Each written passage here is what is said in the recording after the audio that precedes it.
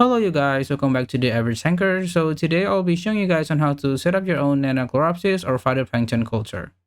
Okay, so the first thing you guys will need is a container. You guys can really use any size container you want. Over here I'm using a 2.2 liter container, but I'm just using this container because it's perfect for how much I need, and also it's just what I have lying around right now. The next thing you guys want to do is put a hole in the lid. Make sure the hole is big enough for airline tubing to go through, and make sure there's a gap on it so that airflow can go in and out. And then after that, obviously, you guys want to have the phytoplankton itself. You guys can use any species of phytoplankton. Over here, I'm using nanocropsis, but I know there's like a ton of phytoplankton species out there. It's all basically the same. I've cultured also other species of phytoplankton, and it's basically the same. Although some require more silicate than others, so make sure to keep that in mind. The next thing you guys will need is an F2 fertilizer. I'm using a Gillard one, but I think you guys can use any of the F2 fertilizer. Checking the salinity is very important, and you guys will need to have a refractometer for that. Hydrometer is not that accurate, so I recommend you guys to just buy a refractometer. After that, you guys will need a syringe or a pipette to accurately feed your phytoplankton. This is very important. You guys do not want to overfeed you guys. And they don't require that much food, so this is very important. After that, you guys want to have like a measuring cup or something like that to measure the water, because you guys want to check on the ratio of the phytoplankton and the water. This is very important, you guys. I'm using a bottle with like milliliters on it, but you guys can also use like a measuring cup. So phytoplankton are photosynthetic, so you guys will need a light source. I'm just using a aquarium LED light that I have laying around, but I'm pretty sure you guys can use any light you want. Just make sure they're not like too weak or anything like that.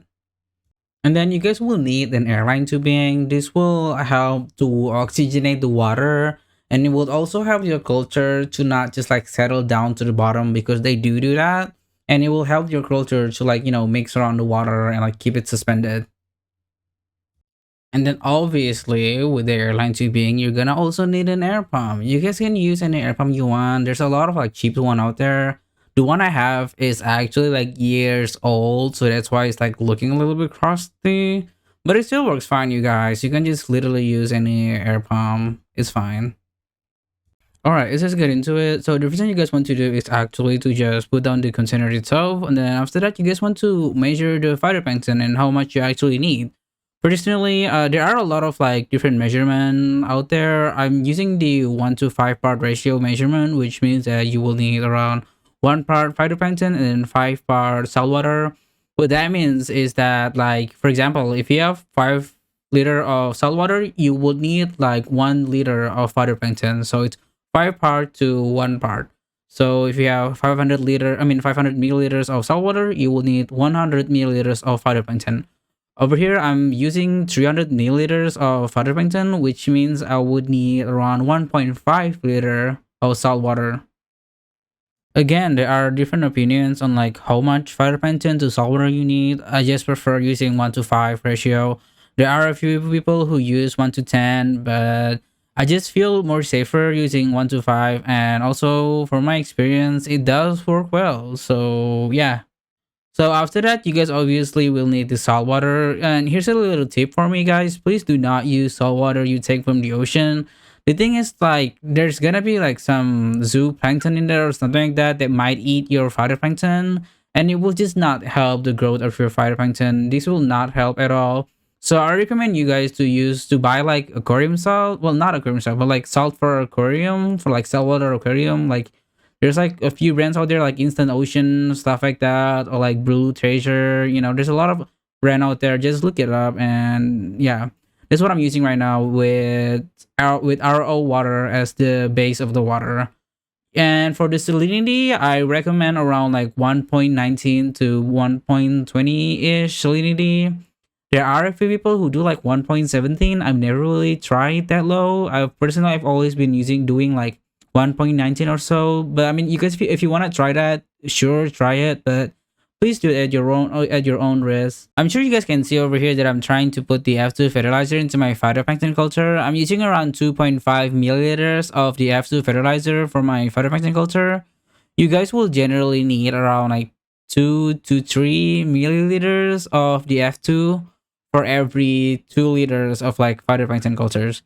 So yeah, and if you guys wondering when to feed this, you guys don't need to feed it like every day. You just need to feed this at the beginning of the making of the phytoplankton culture or after you harvest it. So after you harvest your phytoplankton culture, you will need to like feed it again. So yeah, and if you guys wondering when to harvest it, I personally harvest it around like 3 to 4 days or so after I made the culture. But the thing is, you guys, it really depends. It's kind of hard to tell, but you guys will be able to understand it more if you see like more pictures of phytoplankton. So yeah. So I'm sure you guys can see over there that I already put the lid on. And then the next thing I was trying to do here is just to put the air tubing in with the air pump on. Just please make sure you guys to like have the air tubing not to like loose on it, because like sometimes they like fall, not fall apart, but like they get pulled so easily, you guys, that like you might be out one day and then it suddenly get pulled out by accident somehow, and then like your phytoculture just like not bubbling for a day or two. It's just not a good idea, you guys. You will need the culture to like have the air pump on like all the time. So yeah, this is very important, you guys. Please make sure that the air tubing doesn't slide off that easily.